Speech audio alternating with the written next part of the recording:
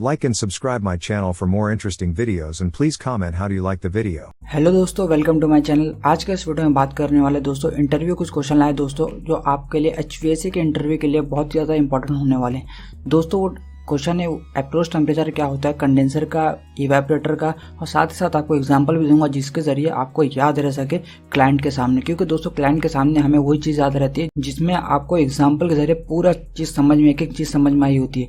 दोस्तों saturation temperature ही बताऊंगा कि सैचुरेशन टेम्परेचर क्या होता है, सैचुरेशन प्रेशर क्या होता है, ये सारी चीज़ें हम देखने वाले इस वीडियो में विथ एग्जाम्पल। चलिए दोस्तों वीडियो शुरू करते हैं। वीडियो शुरू करने से पहले दोस्तों वही पुरानी बात, मेरे चैनल को सब्सक्राइब कर लेना, मेरे वीडियो को लाइक कर लेना। दोस्तों सब्सक्राइब एंड लाइक की बहुत ज़रूरत है, तो सब्सक्राइब एंड लाइक जरूर कर लेना। चलिए दोस्तों वीडियो को शुरू करते हैं। वो है दोस्तों what is approach temperature of condenser. Condenser का अप्रोच टेम्परेचर क्या होता है दोस्तों? वो होता है difference between the condenser living liquid refrigerant and outlet condenser water temperature. मतलब कि दोस्तों आप जानते हैं कि आपके कंडेंसर में जो रेफ्रिजरेंट जो जाता है वो फेस चेंज करते हैं वेपर से लिक्विड में, ठीक है। तो इसका जो टेम्परेचर को कम किया जाता है कंडेंसर में, आपको एक चीज़ मालूम होगी। तो दोस्तों इसका जो लिविंग टेम्परेचर हो गया यहाँ का, मतलब यहाँ का लिविंग टेम्परेचर, और लिविंग टेम्परेचर किसका?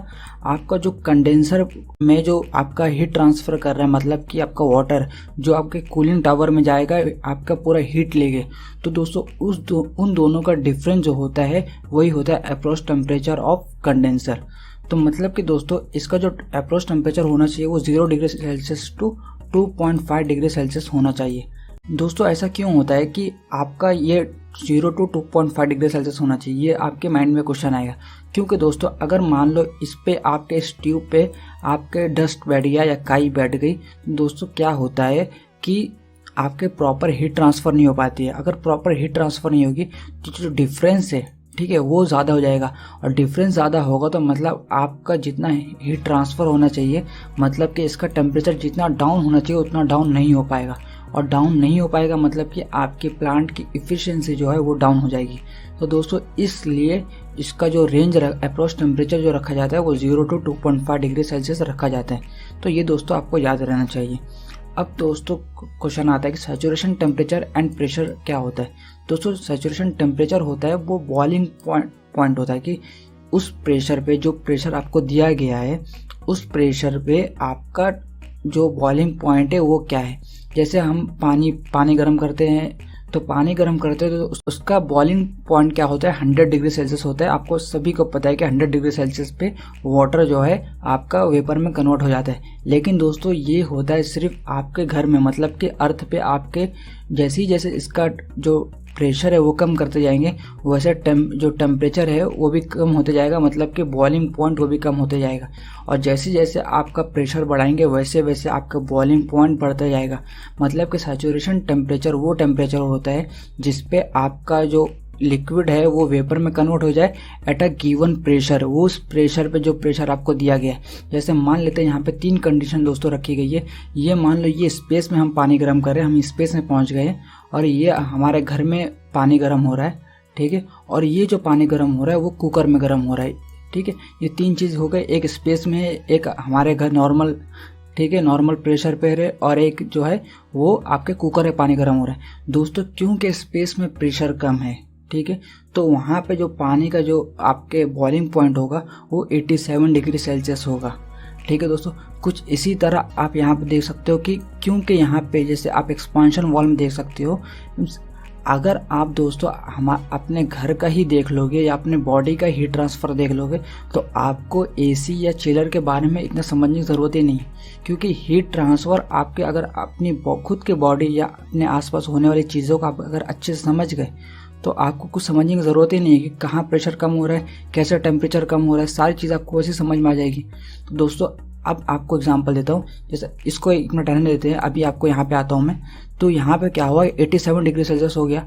अब यहाँ पे क्या हुआ दोस्तों, आपके घर के 0.1 MPa पे 100 डिग्री सेल्सियस, आप सभी को पता है कि 100 डिग्री सेल्सियस पे आपका जो वाटर है वो वेपर में कन्वर्ट हो जाता है। लेकिन वही चीज़ अगर हम कुकर में कर रहे हैं तो कुकर में क्या हो रहा है दोस्तों, 159 डिग्री सेल्सियस पे उसका बॉइलिंग पॉइंट हो रहा है। क्यों दोस्तों? क्योंकि यहाँ पे प्रेशर बढ़ गया तो इसलिए इसका बॉइलिंग पॉइंट भी बढ़ गया, मतलब कि वाटर से वेपर में कन्वर्ट होने का जो टेम्परेचर है वो बढ़ गया। अब दोस्तों यहाँ बात एक समझ में आती है, हम घर में दाल बनाते हैं, ठीक है, हम घर में दाल बनाते हैं, किस में बनाते हैं, कुकर में बनाते हैं।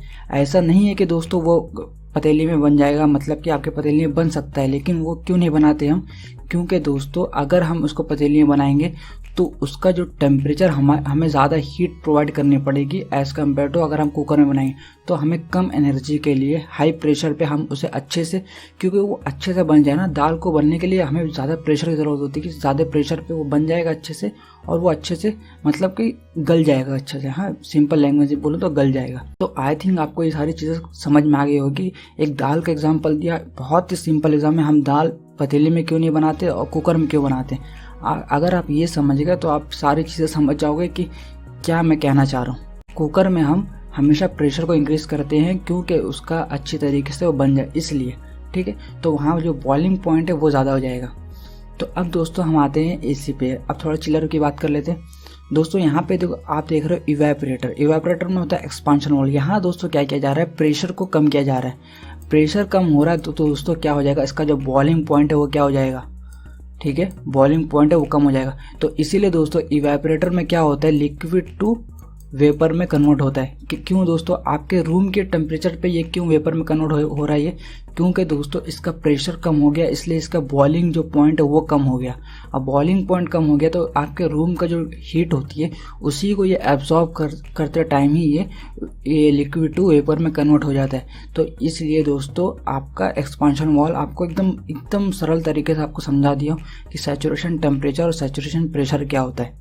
चलिए दोस्तों नेक्स्ट क्वेश्चन की तरफ बढ़ते हैं। नेक्स्ट क्वेश्चन है वो है what is the evaporator approach temperature. Evaporator का अप्रोच टेम्परेचर दोस्तों क्या होता है, तो ये होता है difference between the evaporator refrigerant temperature and the living chilled water temperature.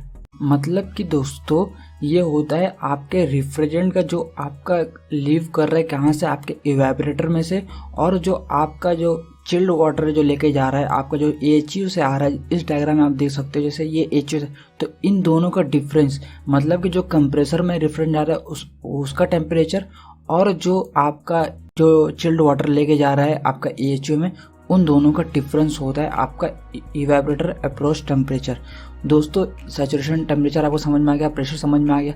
अब दोस्तों यहाँ पे क्या हो रहा है, अगर ये प्रॉपर नहीं होगा, अगर इसका जो टेम्परेचर होता है वो 0 to 1.5 डिग्री सेल्सियस होता है, ठीक है, कुछ 1-2 डिग्री आपका ऊपर नीचे हो सकता है। लेकिन दोस्तों इसमें क्या होता है कि अगर ज़्यादा डिफरेंस आ रहा है तो मतलब कि आपके इवेपोरेटर में कचड़ा है या गंदगी है या आपका वहाँ पे काई बैठ गई है जिसकी वजह से प्रॉपर हीट ट्रांसफ़र नहीं हो पा रहा है, और प्रॉपर हीट ट्रांसफ़र नहीं होगा। दोस्तों आप खुद ही सोचो ना, मान लो यहाँ से 14 डिग्री सेल्सियस आपका जाना चाहिए और यहाँ पे 7 डिग्री सेल्सियस आपका वहाँ से आना चाहिए। तो दोस्तों यहाँ पे अगर क्या हो रहा है, 14 डिग्री सेल्सियस जा रहा है लेकिन यहाँ प्रॉपर हीट ट्रांसफ़र नहीं कर रहा है और यहाँ पे आ रहा है कुछ 10 डिग्री सेल्सियस या 12 डिग्री सेल्सियस आ रहा है। तो जिसकी वजह से क्या होगा, आपका प्रॉपर एचयू जब आपका वहाँ से हीट ट्रांसफर लेके आपके रूम तक भेजेगा तो प्रॉपर आपका कूलिंग नहीं मिलेगी आपको, जिसकी वजह से आपके प्लांट की एफिशिएंसी मतलब कम हो गई, ठीक है।